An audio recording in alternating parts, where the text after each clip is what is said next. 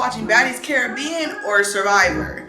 Seriously, Natalie, you gonna learn to quit playing with God like this, okay? Baddie baptism, and now baddie blasphemy o'clock. I'm gonna need you to relax with this whole God complex, okay, Natalie? Stop playing with God. She's not a Christian! She could be a Jew and believe in It God. doesn't matter. She's tampering in dark-sided stuff. Yes, she did. The entire house is dark-sided. She said her. Hello everyone, this is RE.allyTea, and thank you so much for joining me again.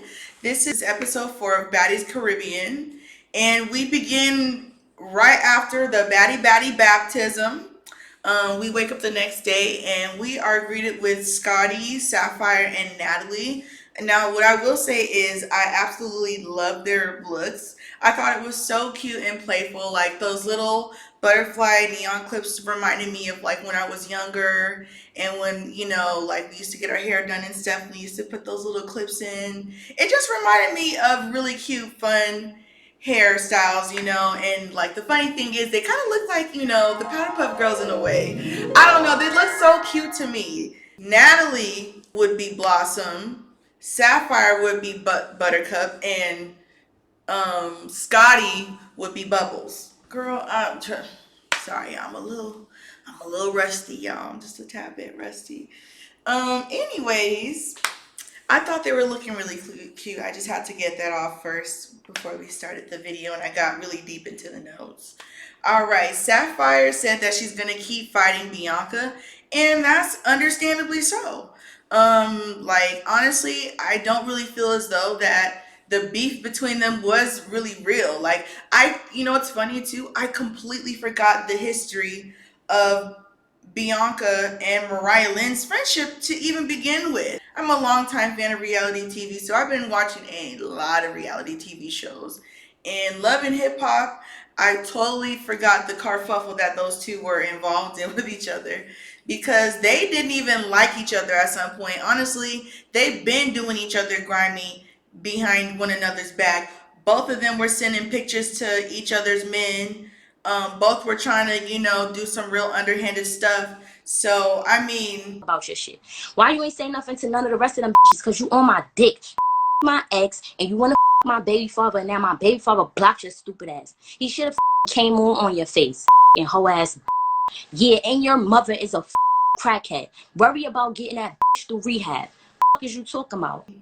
I don't know. I feel as though like when it comes to friendships, there's just certain thresholds that I just really won't pass. I feel like once you pass a certain threshold of disrespect, the friendship is null and void. We have to nullify and, you know, amend this damn friendship, because yeah, once you start crossing those lines, we're not going to be friends. So okay, so we get into you know, the conversations early morning. And first of all, Scotty, what were you doing talking about a shroomy morning? Hi, ladies. Is it a shroomy day today or no? Shroomy day. Shroomy? You want to go to Mars?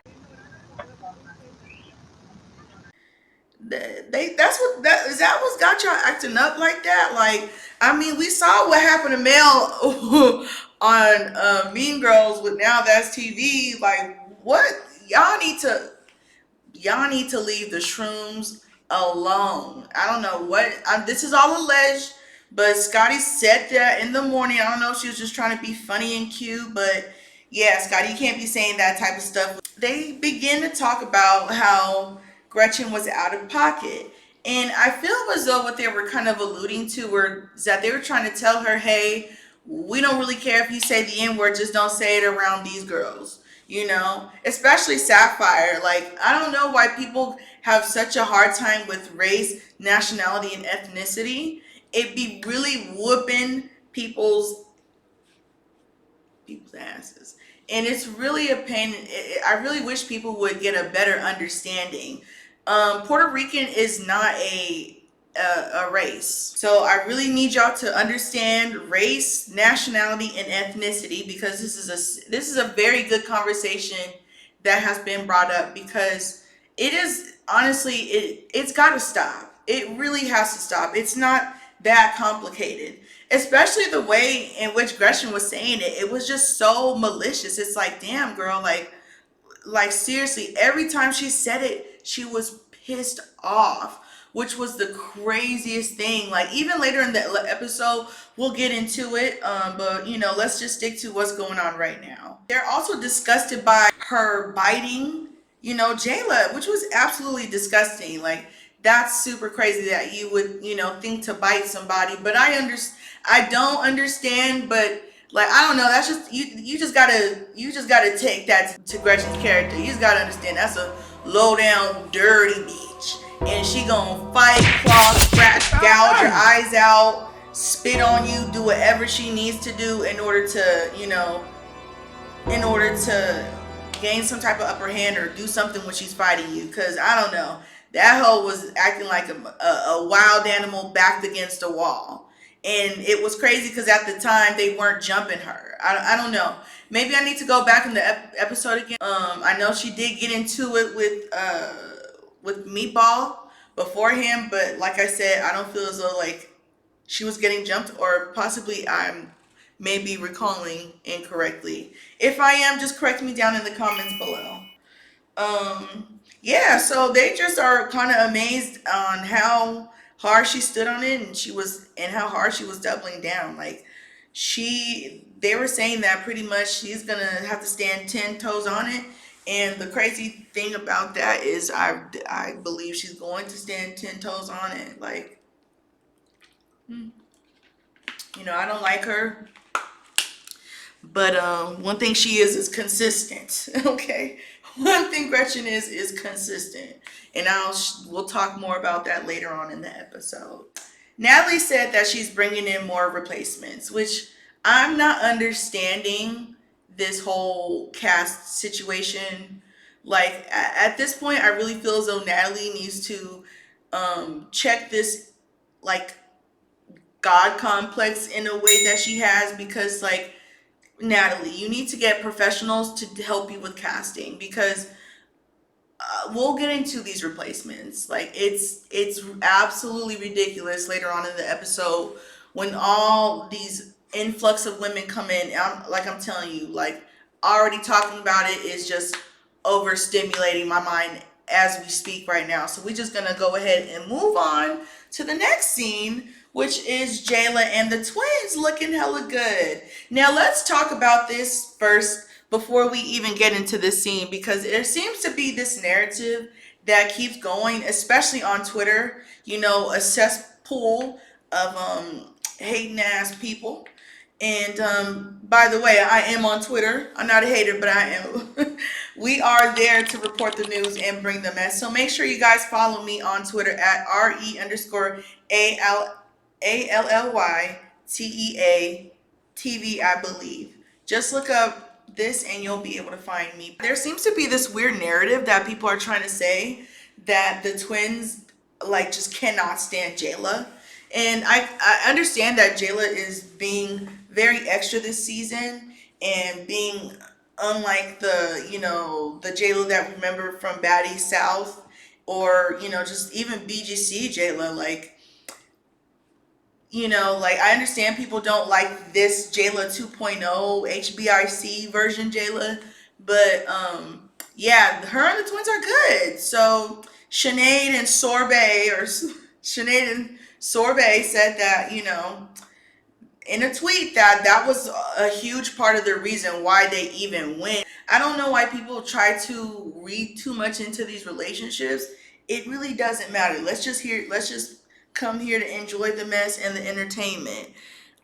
Because honestly, the twins do add a really nice, they do add value to the cast, I feel like, because we are tired of just seeing girls just fighting. And like I said, later on into the episode, we will definitely get more into it, because it just gets overwhelming. It just gets a lot.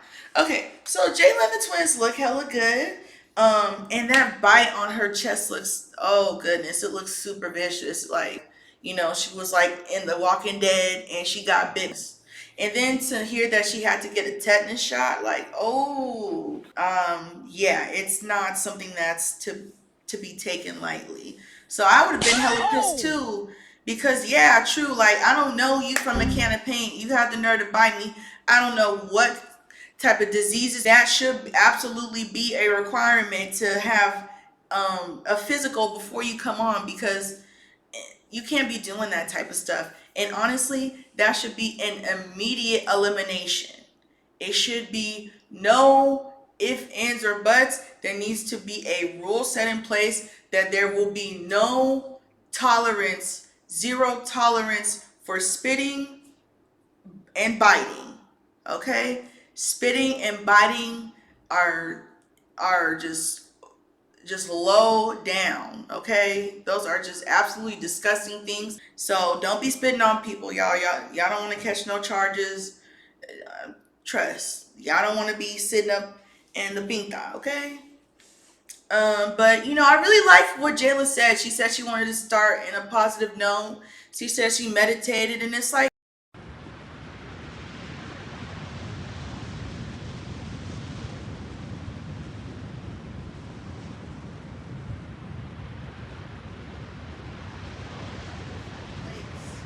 that so many people would dream to go to. When listen, I haven't been to the Caribbean just yet, but I've been to Hawaii. I went to Maui, and I stayed at the Four Seasons. Let me tell you, that was absolutely magical, and I can't wait to go to see some more islands. Okay, and it's always pray for Hawaii. So I always pray for Hawaii. I went there I went there way before, you know, the whole, you know, fire happened. So, you know, just to put that in there. They dubbed Gretchen as Gretchen the Gremlin. Absolutely, she looks like a gremlin. She looks like some type of sci-fi creature. She looks like something that was drawn up in the DreamWorks studio. I don't know. She looks like a, you know, 80s claymation monster that, you know, she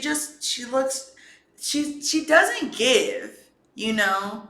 I really don't like this cast of baddies, but hey, it's very early in the season. Maybe they'll bring something more, you know, than just conflict and BS. They're just talking about, you know, everything that's been transpiring and stuff. And they also bring up Biggie, and they said that they feel bad for Biggie. Now, this is the thing, because I'm going to play devil's advocate here for a little bit. Now, you guys, we have to remember what happened with Biggie and Stunna Girl and how hard Biggie was going for Tommy. Let's not forget how much and how vehemently she was after Stunna Girl. She would not drop the issue. Even when Stunna Girl was trying to extend the olive branch to her and just be like, we could be cool, we could be cordial, she will always be like, no, F that. It's always up from here. And it's like, that's, you know, like, you gotta remember, you were that girl. Nobody really have an issue with you, Stunna. You're just a firecracker. Hey, Biggie. I don't got nothing to say to her, bro. And then it's like, I understand it was a very embarrassing moment for you to be on TV and getting beat up like that, you know. But Jayla didn't see nothing malicious or mean towards you. You need to grow a little. You need to grow a backbone and some thicker skin. What you really need to do is you need to play cool, and you gotta poke Natalie. Natalie's the type of bitch you gotta do little tiny irritating shit to get at her, you know. You can't just yell at her, because that type of stuff doesn't faze her, you know. Natalie is a Capricorn. She is cool in the face of conflict, okay. That type of stuff doesn't matter. Like, whenever you yell at her, all she hears hearing is she's hearing the money machine, because she's like, okay, this is gonna add to the story, conflict, more money for me. What you have to do to really bother somebody like Natalie is you have to poke at her order of things. You know, she wants to call a house meeting and be like, oh no, we're cool. Like, I don't got no problem. and watch how irritated she would be. If y'all would just learn how to build up the drama, if y'all would just learn how to build up the storylines and build up the drama instead of manufacturing so many scenes, this show would be so much better, because a lot of this stuff truly feels forced. And yeah, this episode was cool. This episode was just cool in my opinion, honestly. It was just a bunch of mayhem. All right, then let's just hop into the next scene. The next scene had me cracking up because Biggie looked like somebody's mama. She looked like the mama to some teenage daughters, and she was on the phone calling her daughters in the morning just to make sure they're okay, checking on them. Like, okay, so what y'all gonna do today? Okay, all right, you got your money? You got all your stuff out? You don't need me to come over there and drop off nothing else? Because I'm gonna go out, and when I come out, I'm not coming back. So if I gotta drop off something, you better tell me now. That's what she looked like she was about to say. But yeah, she was in her feelings, and it's like, Biggie, I need you to be a little bit more realistic, Biggie. Like, you know what you signed up for. You know what this is. This isn't Friendship Club. This is Baddies. You know you signed up for a circus. You know you signed up for foolishness. And it's like, we get it. You can't fight, but it's like, how sensitive are you going to be on a show that's called Baddies, where the premises is fighting and conflict? That doesn't really... It's not...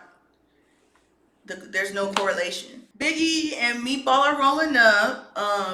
They're talking. I didn't know, like, they were, like, cool like that. So that was cool to see. And then Tinkerbella comes and joins them, and they're all talking, and they're all catching up and stuff. And it was funny because Meatball was saying like, oh, I'm gonna be gunning for the OGs. It's like, girl, no, Meatball, no, like, just be a funny personality. Like, we know you from, from Baltimore or Philly. I don't know, one of the two. We know you're from the East Coast. We know you gets down, but at the same time, it's like, pipe down. Like, I don't know. I don't. She's funny as hell. Don't get me wrong, but I just can't really take her serious when it comes down to like the popping shit. Tinkerbella also starts filling in Biggie about what happened between her and Diamond the Body, and like, it's the funniest freaking thing because like, Tinkerbella is not being honest. She's not being honest, and she's not giving everything in its entirety. That's so ironic because these two are actually one and the freaking same. Diamond the Body and Tinkerbella start their stories in the middle. Little do y'all know, y'all two might be two peas in a pod. Y'all really could be two best friends because y'all are both crazy. These two honestly are two peas in a pod. Little do they know. Like, honestly, I would like to see how their storyline's gonna progress as the season goes. But like, that's the whole funny thing about it, is that like, these two tell stories the same exact way. Like, Tinkerbella was saying like, oh, I snatched off her wig, I beat her, I had to put her in a headlock. But she did put her in a tinkalock, she did add a little sprinkle to it and put her in a tinkalock. But at the same time, it was like, girl, like, let's be for real now. Like, Diamond the Body was whooping you. Like, let's be for real. Let's not have amnesia and forget things and play silly. Like, just, it's okay. We win some, we lose some. And also too, they whole beef is just, honestly, I understand Tinkerbella's anger though. Like, you're not gonna sit here and play in front of my face acting like you are the victim or I have done something to you. Like, Diamond the Body literally has amnesia, and we'll get into that later. But like I was saying, she was saying that she snatched her wig off, even though Diamond the Body literally took her wig off and set it down somewhere. I don't know what she did with it, or she had it, or she trustingly gave it to somebody. That was foolish. I don't know. If I was on that show, I would have to bring the throwaway wigs. I don't care how much money I make, because I know these weird girls are going to try to snatch them off every single chance that they get. So I wouldn't even play like that. Like, seriously, I'm not even going to play with myself. I'm not going to bring my nice, fine things around these barbarians. Like, no lie. Like, seriously, like, this episode was, like, insane. Like, it was giving Now That's TV and not Zeus Network, which was crazy. So they were talking about the events trying to catch Biggie up, and they were talking about Gretchen, and Biggie really irritated me because I know she didn't know the story. I know she just thought like, like this Latino girl came in and beat Jayla up, because I know she don't like Jayla. But like, seriously, it's like just funny because she was like so excited that that somebody had fought Jayla. And it's like, I don't know, like the way that they told the story, and then the way that it was input to her through their storytelling, and the way that her mind output it into her process and thinking was like totally insane. Because like, Biggie, you're Afro-Latino. Like, you completely understand the nuances of racism and how it plays in the dynamics of Afro-Latino and European, white adjacent Latinos. Like, be for real, Biggie. And I know she's from New York, and I can't stand the culture out there. Like, I don't care where you come from, what hood you come from. If somebody calls you a racial slur continuously and reclaims it for you, you wouldn't like that.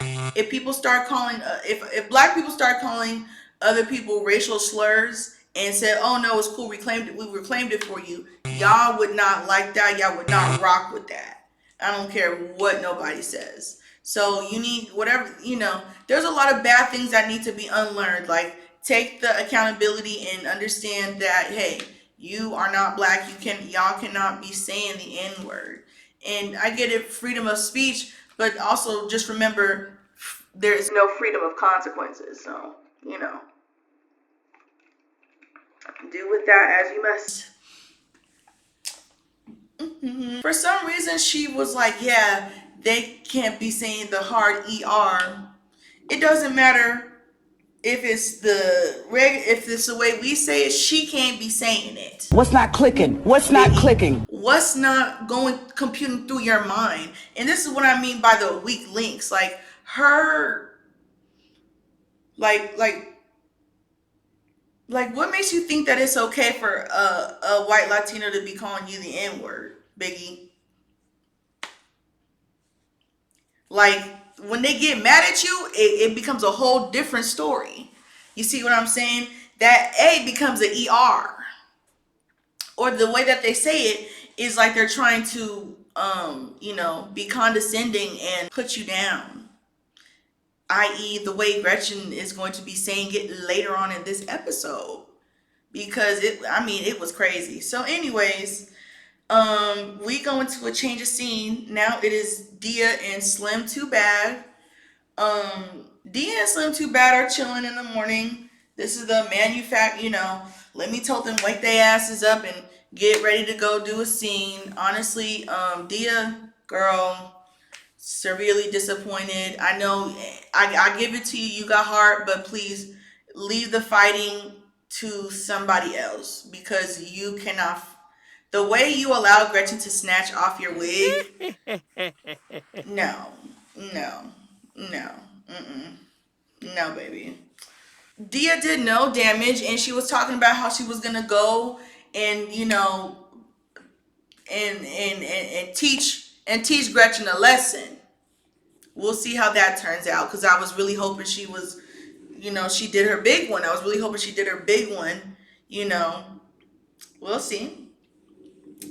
And Dia says that it's every day. She said it's up, it's stuck.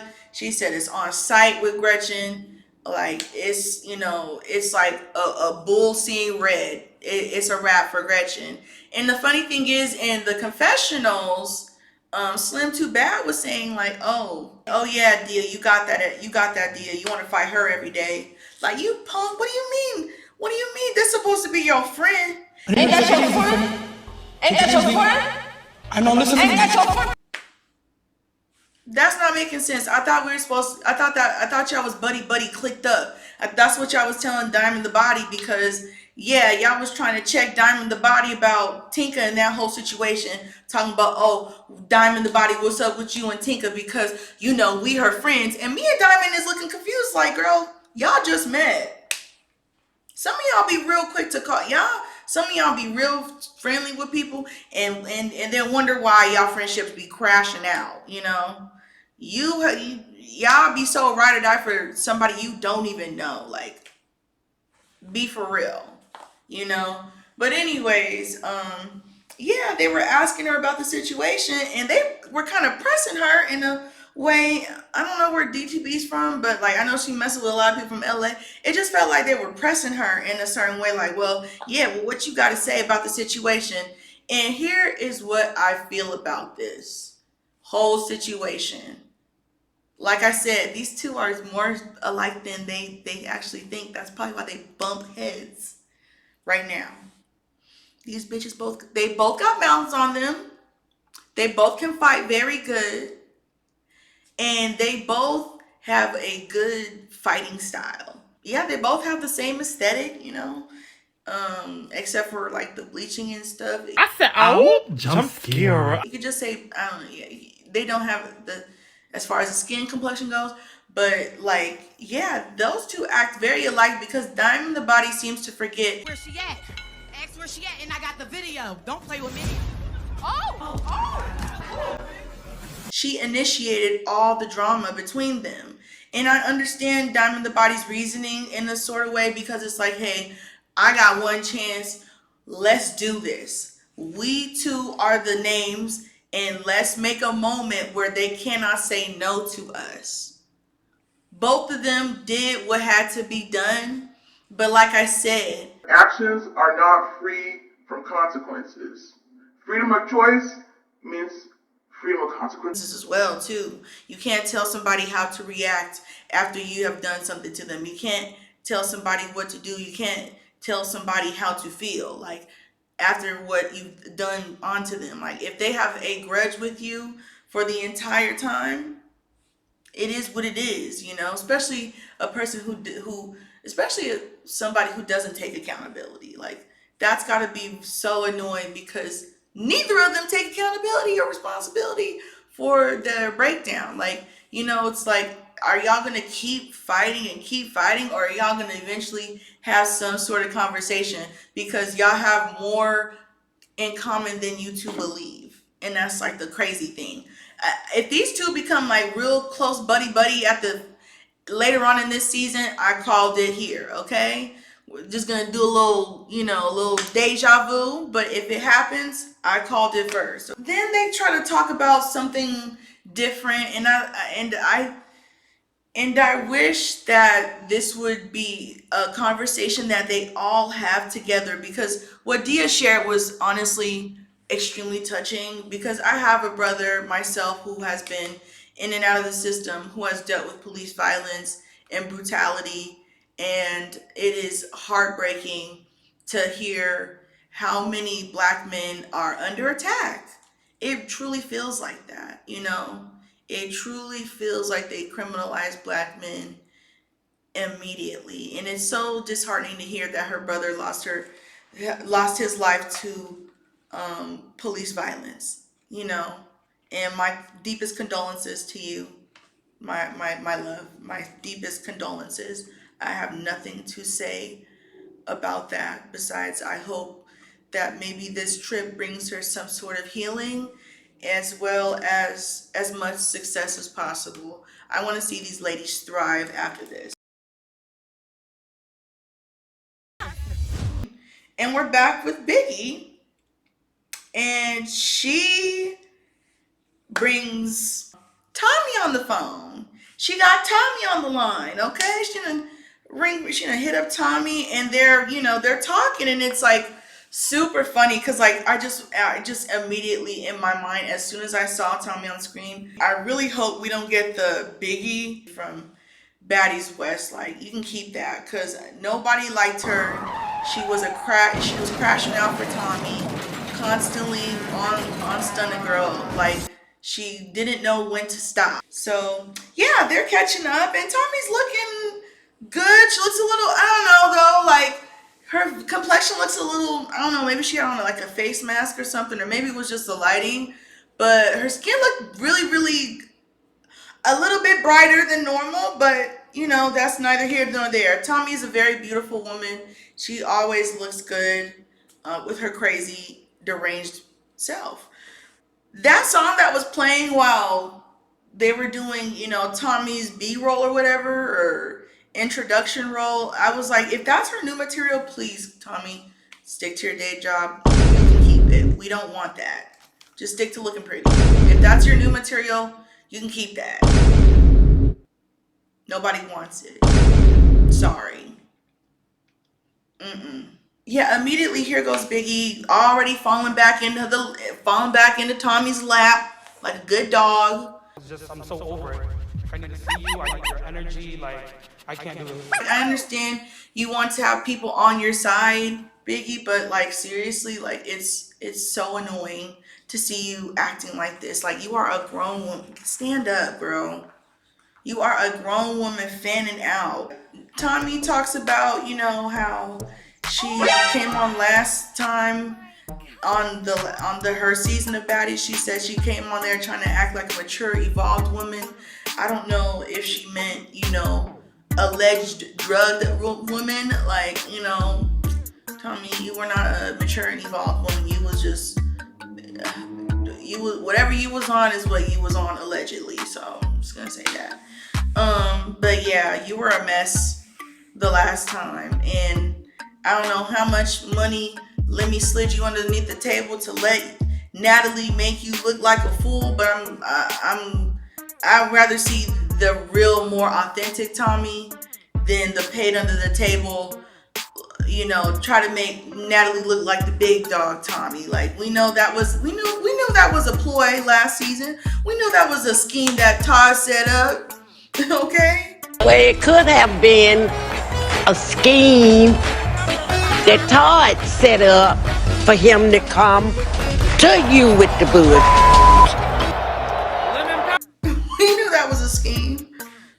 I never felt, because Tommy honestly literally is manic. Like, honestly, she has some real issues. I don't see her losing to Natalie ever in real life. Like, this is the same person who made Jocelyn get a restraining order on against her. Like, be for real. The girl's crazy. So anyways, she's talking to her, and she says she's gonna get Natalie by her chinny chin chin. And yeah, Tommy is coming in swinging hot this season. She's not playing no type of games, okay? All right, this is when things get really intense. This is when things get really crazy. This is where I say Natalie Nunn has a god kind of complex. Like, she thinks like she is the puppet master, and that she's wielding the strings to everybody's destiny and fate. Like, she's Willy Wonka with the golden ticket, and she's got all these girls gunning for the spot. But realistically, like, Natalie, like, you are terrible at picking people for like, I don't know what happened with this cast. Like, literally, I don't know if you just picked a randomized preset or whatever, but like, literally, it's just too much going on. So we go into the scene. I don't know if it took them day and night to get to the beach setting. I don't know how long it took for them to light up those tiki torches, but realistically, I was really confused when it went from day to night and they came on to the beach and it looked like Survivor elimination. Like, I was so confused because I was like, what is going on here? Why is there fire? Why is there no cute, like, beach? Like, I'm from California, and so you see these really cute events that they do at the beach where it's like a table and they have those umbrellas with the beautiful frills on them from Business, Pleasure, and Co. And they have, you know, string lights and just a whole beautiful setup. Not this. Welcome to the Gladiator Arena. Like, seriously, they were coming in war ready. Honestly, it's kind of funny because I kind of feel like let me set this up to set Natalie up in a way to get her to check her. It could have been a scheme that Todd set up for him to come to you with the hood. Because, like, I don't know, like, you know, he sets this type of stuff up for his own amusement, where he likes to see all these women go do these crazy things. It's just weird. It's giving like hazing. That's what it's really giving. It's giving like hazing type stuff, you know, and it's super weird. So they get to the beach. Immediately, Natalie sets off the Pavlov's dog's whistle. She sets off the alarm, and immediately their mind goes into a trance-like state, like a switch goes off in their mind frequency, and they turn into these ultra-violent. It's kind of irritating because it's like, Natalie, if you know everybody doesn't get along, why are you manufacturing and forcing these scenes? Like, I would much rather see the drama play out with each other. Like, I want to see if they're going to be cordial around each other and they could be cool with each other. I don't constantly want to see a forced conversation, Natalie. Like, Natalie Scott Young, okay? You are not Mona Scott Young. Please stop overproducing. Okay? Please stop being Natalie O'Neal. This is not Basketball Wives. You do not, like, if we're going to have an EP on the show, we need to have them play a minimal role. If you're going to be a cast member, be a cast member. We don't need you to be an EP trying to constantly manufacture and set up things. Let it happen organically. That's the whole point of reality TV, is to see things in its authentic nature.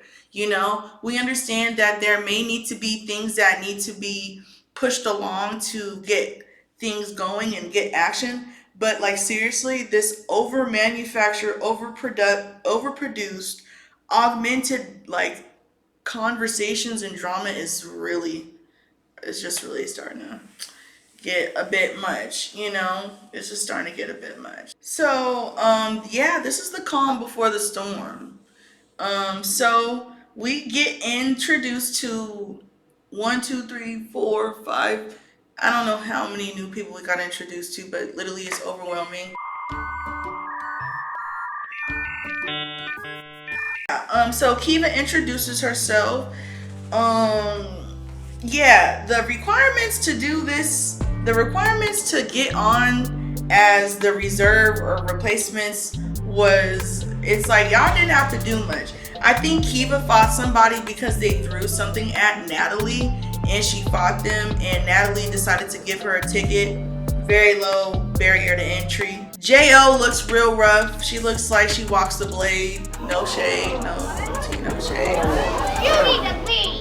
Definitely looks like she's been on Backpage back in her day. But these are just silly things that I'm saying. I don't know their past. I don't know none of their history. I haven't looked them up, so just take what I say with a damn grain of salt. Yeah, J.O. looks rough. I don't like the reserves.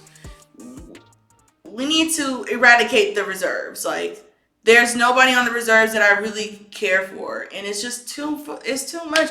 Why are we bringing in new waves of people? Like, you literally, like, the second episode was the replacement girls coming in to introduce themselves. Now we got reserve 1, and then I know we got another reserve for the older cast. It's like, it's a lot, man. It's a lot. Okay, so J.O. looks rough. Wendell Lee is pretty, but like, that's really all she's kind of giving right now, is just a pretty face. Like, all she had to say was that she was from the Dominican Republic, and that's, like I said, real low barrier to entry. Please, Natalie, if you're gonna do this, please get somebody who knows. Like, get a professional casting director. Like, you've gotten to this point. Like, cut the check, find somebody who's been in film and TV for forever and is an amazing casting director who can spot quality talent. We need more stars. It just feels like guests, like just fill-ins, just fillers. Like, we need stars who are memorable and know how to have conflict, who know how to facilitate drama. Like, that's what we come here for, you know. That's what we come here for. This is entertaining because I love me some drama all the time. So Jelly is all right. She look like one of them girls who definitely uses filters. She is definitely a Facetune junkie, Facetune queen. Is she an islander? She said she was from Chicago. Are there any islands in Chicago that I don't know about? Okay, Heaven. And then we got, you know, we got Timu Stunna Girl. She is Stunna Girl. She's cute. I like her energy. She could definitely be somebody fun, but like I said, I don't understand what's going on, like with the reserves and the replacements and everybody, you know, fighting to get a golden ticket. Like, this is feeling like the Lost Boys right now, and all of these girls are on an island trying to gun for the top spot. Like, it's getting a little bit primal, if you will say. You know, it's getting a little concerning. It's like, oh goodness. Honestly, if Heaven doesn't work out on Zeus, she for sure could go to Red Rum TV. They gonna love her ass over there. So I don't know. She might already be casted for a show. Little do I know. Okay, and then also we have Nunu, who is Antonio Brown's baby mama. Not really much of a badge of honor to wear. The man's crazy and apparently bankrupt as well. So yeah, girl, not really much of a catch there. We know he might be trying to pull one over on whoever he owes money to, but yeah, Antonio Brown said he don't even with you, but I don't know. We have to take that with a grain of salt because he's absolutely crazy. Okay. Maybe she do need the money. Maybe that's why she's on Baddies. Maybe she's like, I need the exposure because my baby daddy is going to claim bankruptcy, so no more payments for me. Or I don't know how that works. So we come in with one wave of the girls or whatever, and Callie Way comes in, and you know, Natalie is telling her, hey, like, you know, a lot of y'all new girls are cool, but y'all not gonna come in here disrespecting my house. This is my stomping grounds, and you're not gonna come in thinking that this is Now That's TV, baby. This is Zeus Network. This is a well-oiled machine, and best believe I'm the engineer. Okay, Natalie was telling Callie Way, and Callie Way immediately backed down because she realized like it's not going to wind up good for her. You know, it's not gonna be good. You know, like it's gonna be ugly. So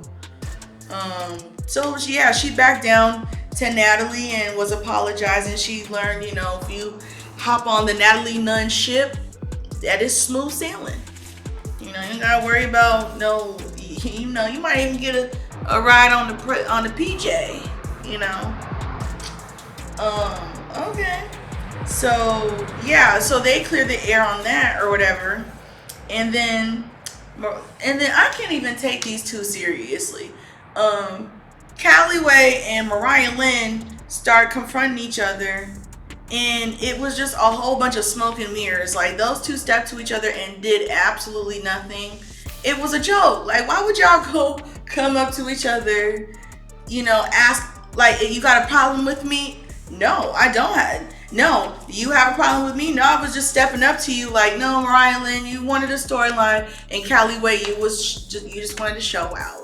So, you know, and I understand because Callie Way was like, girl, you are a pipsqueak. I'm not going to do you like that. I'm not going to do you. I'm going to touch your hand when I say this. When I said that you're not special, I meant that as you're not special as far as someone trying to hurt me. Like, I understand her. She's like, that's why I said, like, Mariah Lynn is a pipsqueak. You get no cool points for beating her up. She's small. Like, it's not gonna take much if you and her are not in the same weight class. Like, it's not a gag to beat up Mariah Lynn. Like, okay. So yeah. So then after they are cool, like, Jelly Bean said, hey, I'm riding for Natalie because that's my friend outside of the show. I don't know what she means. I don't know if like that's like, you know, if she's like another Scotty, another reserve hoe, you know, like another hoe friend or something like that, allegedly, or whatever. Like, I don't know what their deal is. I don't know if Natalie just DM'd her a few times to tell her, hey, you need to do this, do that, and she thinks that's checking up on her. But like, Jelly Bean, you definitely put on the crash out dunce hat today. You definitely did. There was no need to do that. Like, you know, and I get it. That's what I'm saying. Like, this felt like hazing, because why do these girls feel so inclined to prove themselves to Natalie? Like, they're not getting that much money for this show, for the type of humiliation ritual that they're going through. Can we come back to reality? I fear we have lost the plot. Like, Cloud has like freaking messed up people's minds so much. It's absolutely insane. I don't even know why Jelly Bean ran up to her like that. It literally looked like a toddler running up to somebody just flailing their arms. Like, girl, you weren't doing anything. Like, sit this one out, sis. Like, but like I said, she was doing anything to get entry and to not be a reserve. She wanted to be a part of the main cast, which to me, it's just not worth it. But to some people it is, to embarrass themselves like that, you know? So it's a whole lot of chaos going on. And another wave of girls come in. Bianca versus Heaven happened, and these two, y'all cannot fight. Like, it was Yeah, no hands though. Pull hair, hold on. Hair pulling hair whole time. Like, so like I said, pure chaos erupts. And I don't know, like, if the Claremont twins had an agreement with Lemmy or something, that like they're supposed to get this like huge birthday thing. I don't know, but they genuinely seemed super upset that they weren't the main characters at that moment. Like, they genuinely seemed genuinely pissed off. Like I said, like, I don't know if Lemmy told them they were gonna do some big birthday bash thing at the beach and have fireworks or whatever, but they genuinely seemed upset, and in true Aries fashion, those two stormed off. And it's just so interesting to see how in sync like twins are with one another. So as they're storming off, the big bad wolf Tommy pulls up and tries to confront Shannon and Sorbet. So yeah, that was funny, calling them Shannon, Sorbet, you got a problem? No, do we? Tommy, you are OG. And they're like, what's up? They're like, what's up, girl? Like, don't let the titties, and they said, don't let the aesthetic fool you. I might be into bimbofication, but this is the fastest eater I know. He gets down. He don't play. You know, 2v1. Hey, you know, Tommy kind of calculated her odds. She was like, yeah, no, I don't know about that one. And yeah, she was like, no, I'm not gonna, you know, like, I don't know. It was weird. Like, they never had a problem in the first place. Tommy was just being silly and trying to just check them in sort of a way, but not really checking them, because they're like, who are you checking? Who gonna check me, boo? That's what they were. That's the energy that they were given.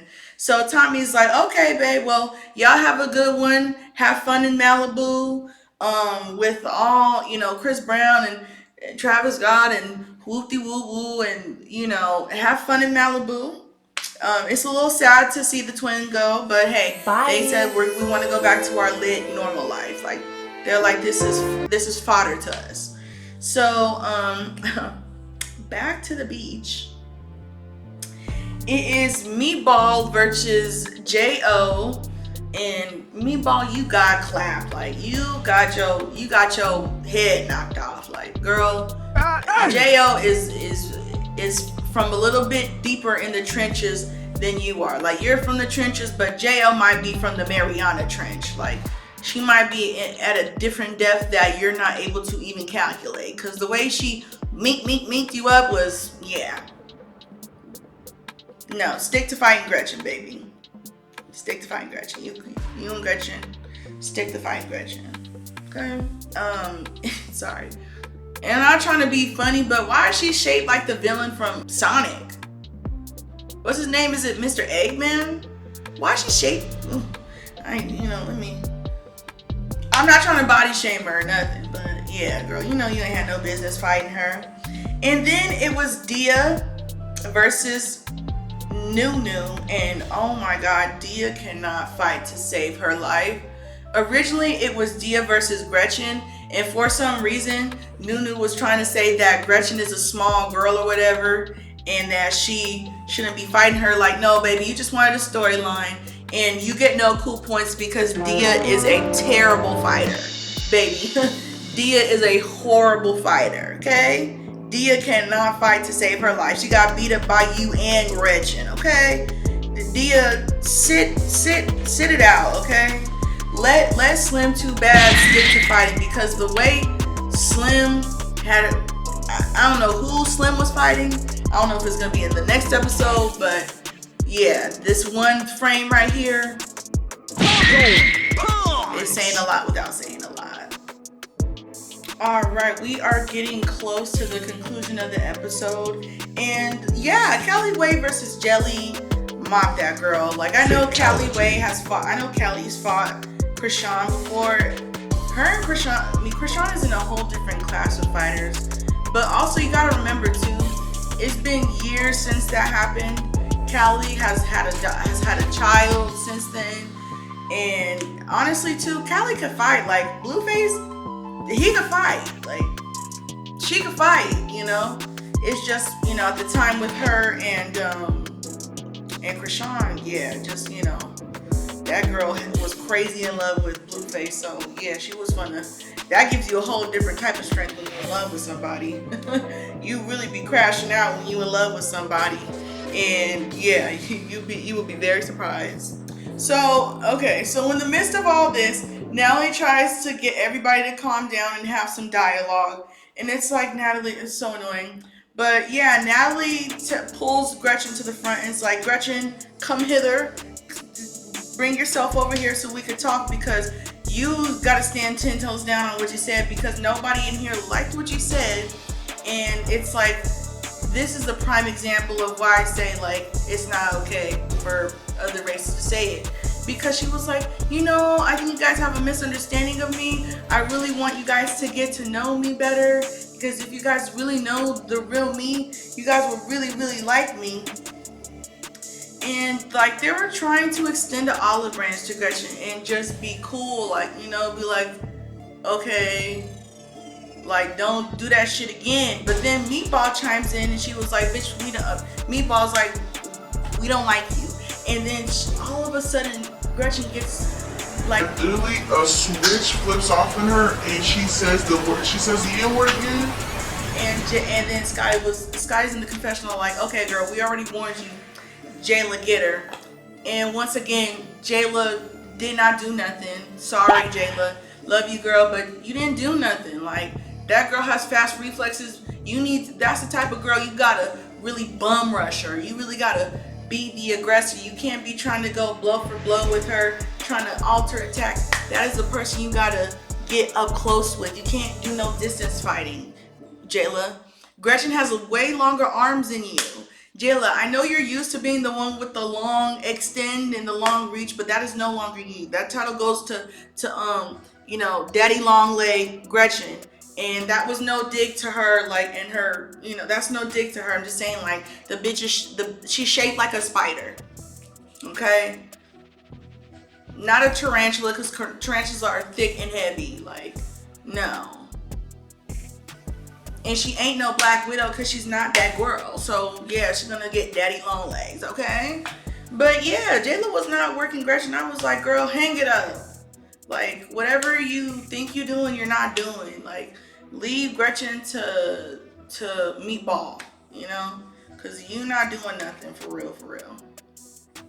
And then, all of a sudden, in the midst of them arguing and stuff, Tommy, the fake equestrian, comes and giddying up, you know, the fake ass equestrian Tommy comes in, and it's like, okay, this is the Tommy that we are used to on reality TV. Because the Tommy that came on before, I don't know, was given slow on something. This is the Tommy that we're used to. The Tommy who comes with the theatrics and the shenanigans. And we'll see what happens next episode. Next episode looks way more exciting. It looks like they're gonna be doing more than just fighting. I can't wait to see the Natalie Nunn versus Tommy rematch, because honestly, I just have a conspiracy. I think Lemmy paid Tommy money so that she could be the fall person and make Natalie look like the big dog, because you don't want your EP getting beat up, you know. You want her to look good so that it sets the tone for any show moving forward, you know. So I think that, you know, Tommy was just like paid on the sly underneath the table to be the fall crash out girl the last time she was on there.